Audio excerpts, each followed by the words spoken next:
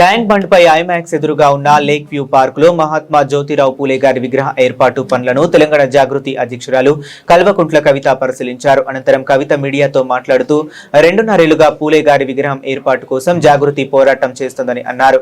Tank bund మీద విగ్రహం ఏర్పాటు చేయడం పాక్షిక విజయమే అని చెప్పుకొచ్చారు. పూలే గారి విగ్రహం అసెంబ్లీలో కూడా ఉండాలన్నది తమ డిమాండ్ అని పేర్కొన్నారు. జై తెలంగాణ, జై బీసీ, జై పూలే. అందరికీ నమస్కారం. తెలంగాణ జాగృతి ఆధ్వర్యంలో గత 2.5 సంవత్సరాల క్రితం నుంచి మొదలుపెట్టి మరి అసెంబ్లీలో పూలే గారి విగ్రహం ఉండాలని మేము డిమాండ్ చేయడం జరిగింది. ఆనాడు అనేక మంది అనేకమైనటువంటి మాటలని మమ్మల్ని విమర్శించారు. కానీ ఇవాళ మేము చేసినటువంటి వరుస పోరాటాలతోని దిగి వచ్చినటువంటి ప్రభుత్వం మరి పూలే గారి విగ్రహాన్ని ట్యాంక్ బండ్ మీద పెట్టడానికి వారు ప్రయత్నాలు ప్రారంభించినారు. కానీ ఇది పాక్షిక విజయం మాత్రమే. ఇక్కడ పెట్టడం అనేటటువంటిది వారి గౌరవానికి సంపూర్ణంగా మంచిదని నేను అనుకోవడం లేదు. ట్యాంక్ బండ్ మీద ఉండడంతో పాటు అసెంబ్లీలో పూలే గారి విగ్రహం ఉండాల్సిందే అనేది తెలంగాణ జాగృతి బలంగా నమ్ముతూ ఉన్నది. మరి ఇవాళ కాంగ్రెస్ ప్రభుత్వం పెట్టకపోతే రేపు పొద్దున జాగృతి ప్రభుత్వం ఏర్పడ్డప్పుడైనా పూలే గారి విగ్రహాన్ని అసెంబ్లీలో ఖచ్చితంగా పెడతామని తెలియజేస్తూ ఉన్నాం. మరి ఇక్కడ ఇవాళ మేము సైట్ విజిట్ చేయడం జరిగింది. ఇక్కడ ఉన్నటువంటి ఎవరైతే ఈ పనులు చేస్తూ ఉన్నారో వాళ్ళు చెప్తా ఉన్నారు, ఇంతవరకు విగ్రహానికి సంబంధించి కూడా ఒక విగ్రహం ఉంటుందా లేకపోతే అమ్మ సావిత్రిబాయి గారితో కలిసి విగ్రహం ఉంటుందా అనేటటువంటి క్లారిటీ ప్రభుత్వం ఇవ్వడం లేదు. అదేవిధంగా మేము కోరుతా ఉన్నాం, ఎప్పుడంటే అప్పుడు ప్రజలు వచ్చి వారికి నివాళులు అర్పించుకునే విధంగా, వారి నుండి స్ఫూర్తి పొందే విధంగా ఏర్పాట్లు ఉండాలి. అందరికీ ఎప్పుడు ఓపెన్గా ఉండాలి. ఈ విగ్రహం క్లోజ్ చేసి పెట్టొద్దు. అదేవిధంగా ఈ చుట్టుపక్కల ఉన్నటువంటి అనేక విగ్రహాలకు సరిసమానంగా ధీటుగా అంతే ఎత్తులో అంతే గంభీరంగా ఈ విగ్రహం ఉండాలని చెప్పి మేము ప్రభుత్వాన్ని డిమాండ్ చేస్తూ ఉన్నాం. విగ్రహాలు ఒకటే కాదు, బీసీల రిజర్వేషన్ పట్ల కూడా మరి ప్రభుత్వం చిత్తశుద్ధితో లేదనే విషయం మొన్న జరిగినటువంటి మున్సిపల్ ఎన్నికల్లో మనందరం కూడా చూడడం జరిగింది. ఇప్పటికైనా రేవంత్ రెడ్డి గారు జెడ్పీటీసీ ఎంపీటీసీ ఎన్నికల్లో అయినా రిజర్వేషన్ వర్తింపజేయాలంటే ఇప్పటికైనా కనీసం మీరు అఖిలపక్షం ఢిల్లీకి తీసుకొని వెళ్ళాలి. ఇప్పటికైనా మీరు నరేంద్ర మోడీ గారి ప్రభుత్వాన్ని డిమాండ్ చేయాలి, మీ దగ్గర పెండింగ్లో ఉన్న బీసీ రిజర్వేషన్ బిల్లు పాస్ చేయాలని చెప్పి. ఒకటెనుకొకటి పరీక్షలు ఉన్నా సరే, ఎండలున్నా సరే, ఏమున్నా సరే ఎన్నికలు పెట్టుకుంటూ పోతాం మేమని చెప్పి కాంగ్రెస్ ప్రభుత్వం ఏదైతే తొందరపాటు వైఖరిని ప్రదర్శిస్తూ ఉందో, మరి ఈ తొందరపాటు అంతా కూడా బీసీలకు రిజర్వేషన్లు దక్కకుండా చేసేటటువంటి తొందరపాటే అని చెప్పి మేము బలంగా నమ్ముతా ఉన్నాం. ఇది కరెక్ట్ కాదు. మీరు మేనిఫెస్టోలో పెట్టారు, అసెంబ్లీలో బిల్లు పెట్టారు. దీన్ని సంపూర్ణంగా అయ్యేంత వరకు కూడా చేయాల్సినటువంటి గురుతరమైన బాధ్యత మీ మీద ఉంటుందని చెప్పి ఈ సందర్భంగా తెలియజేస్తూ, మరి రాబోయే బడ్జెట్ సెషన్లో బీసీలకు మీరు మేనిఫెస్టోలో పెట్టిన విధంగా 20,000 కోట్లను ఇవ్వాలని చెప్పి నేను డిమాండ్ చేస్తూ ఉన్నాను. పోయిన 2 సంవత్సరాలు కూడా మీరు 20,000 కోట్లు పెట్టలేదు.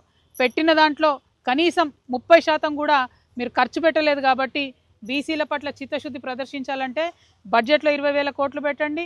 ఏదైతే బిల్లు పెండింగ్ ఉందో బీజేపీ గవర్నమెంట్ దగ్గర దాన్ని సాధించడానికి ప్రయత్నం చేయండి.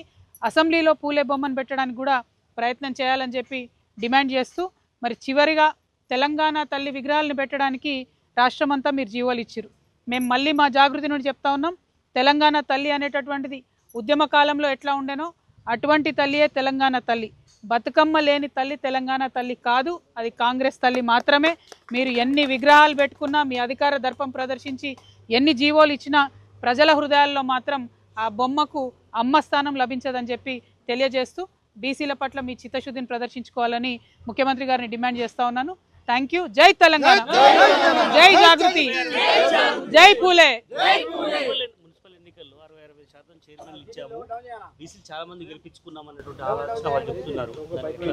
అంటే ఒకటండి, ఒక కార్పొరేషన్స్ ఏవైతే మన రాష్ట్రంలో ఉంటాయో దాదాపు 74 కార్పొరేషన్లు ఇప్పటికే ప్రభుత్వం ఇచ్చి ఉన్నది. అందులో అగ్రకులానికి సంబంధించిన ఒకే ఒక కులానికి మరి ప్రభుత్వం కట్టబెట్టడం జరిగింది. నామినేటెడ్ పోస్టులు ఎందుకు ఇవ్వాలి, ఎవరికి ఇవ్వాలి? ఎవరైతే డైరెక్ట్ ఎలక్షన్లో గెలవలేరో అటువంటి బీసీ వర్గాల నుంచి, అటువంటి ఎస్సీ వర్గాల నుంచి, మహిళల నుంచి, మైనారిటీస్ నుంచి, ముస్లిమ్స్ నుంచి, క్రిస్టియన్స్ నుంచి తీసుకొని ఇవ్వాలి. కానీ అట్లా ఇవ్వకుండా ఎవరైతే అగ్రవర్ణాలు ఉంటారో, ఎవరైతే బలమైన వర్గాలు ఉంటారో వాళ్ళకే నామినేటెడ్ పోస్టులు ఇస్తాం, వాళ్ళకే ఎలక్టెడ్ పోస్టులు ఇస్తాం అని చెప్పడం కరెక్ట్ కాదు. ఇవాళ బీసీలలో జాగృతి లాంటి సంస్థలు ఆర్ కృష్ణయ్య గారు లాంటి పెద్దలు చేసినటువంటి పోరాట ఫలితంగా బీసీలలో చైతన్యం వచ్చింది కాబట్టే మొన్న ఎన్నికల్లో ఆ రిజల్ట్ వచ్చింది. ఏ సీట్లో బీసీలు నిలబడ్డ గెలిపించుకున్నారు కాబట్టి ఆ రిజల్ట్ వచ్చింది. అందులో ప్రభుత్వం చేసింది ఏమీ లేదు. ప్రభుత్వం ఏదైతే పెడతామని చెప్పినటువంటి బిల్లు ఏదైతే ఎలక్షన్ల కోసమే కాదు నేను మాట్లాడేది, ఖచ్చితంగా విద్యలో ఉద్యోగాలలో కూడా పిల్లలకు ఉపయోగపడుతుంది కాబట్టి ఆ ప్రయత్నం చేయాలని చెప్పి ప్రభుత్వాన్ని నేను డిమాండ్ చేస్తూ ఉన్నాను. Thank you. Professor Jayashankar sir విగ్రహం కూడా లేదు ట్యాంక్ బండ్. మేము తెలంగాణ జాగృతి నుండి ప్రొఫెసర్ జయశంకర్ గారి విగ్రహాన్ని ఇవ్వాలని గత బీఆర్ఎస్ ప్రభుత్వంలో కూడా అర్జీలు పెట్టి ఉన్నాము. ఈ ప్రభుత్వానికి కూడా పూలే గారి జయంతి తర్వాత అర్జీ పెడతాం. ఎందుకంటే August 6th Jayashankar sir birthday కాబట్టి ఆ లోపల ఇచ్చేటట్టుగా పెడతాము. మేము తెలంగాణ జాగృతి యాజ్ ఎ ఆర్గనైజేషన్ మేము టేక్ కేర్ చేస్తాము. వారు ఏదైనా ప్లేస్ మాకు అలొకేట్ చేస్తే సంపూర్ణంగా ఖర్చు ప్రభుత్వానికి లేకుండా మన తెలంగాణ ఆత్మగౌరవానికి ప్రతీక అయినటువంటి జయశంకర్ సార్ని నిలబెట్టుకోవడానికి మేము ముందడుగేస్తాం. ప్రభుత్వానికి పూలే జయంతి తర్వాత అప్లికేషన్ పెడతాం. నిధులు విడుదల చేసింది కదా రాష్ట్ర ప్రభుత్వం తెలంగాణ విగ్రహం పేరిట.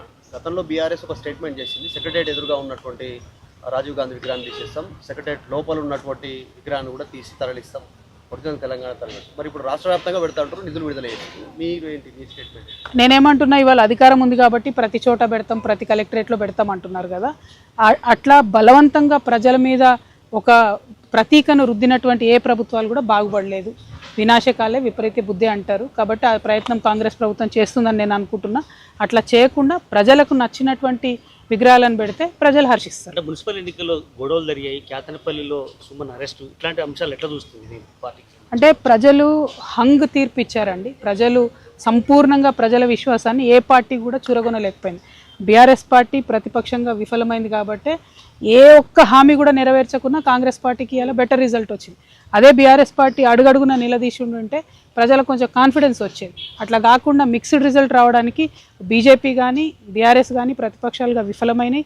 కాంగ్రెస్ పార్టీ ఒక్క హామీ నెరవేర్చకపోయినా బెటర్ రిజల్ట్ వచ్చిందంటే డబ్బు అధికారము అన్నీ వాడుకున్నారు. ఎక్కడెక్కడైతే హంగ్ వచ్చిందో, ఇండిపెండెన్స్ ఉన్నారో అక్కడ అన్ని చైర్మన్లు కాంగ్రెస్ కైవసం చేసుకున్నది.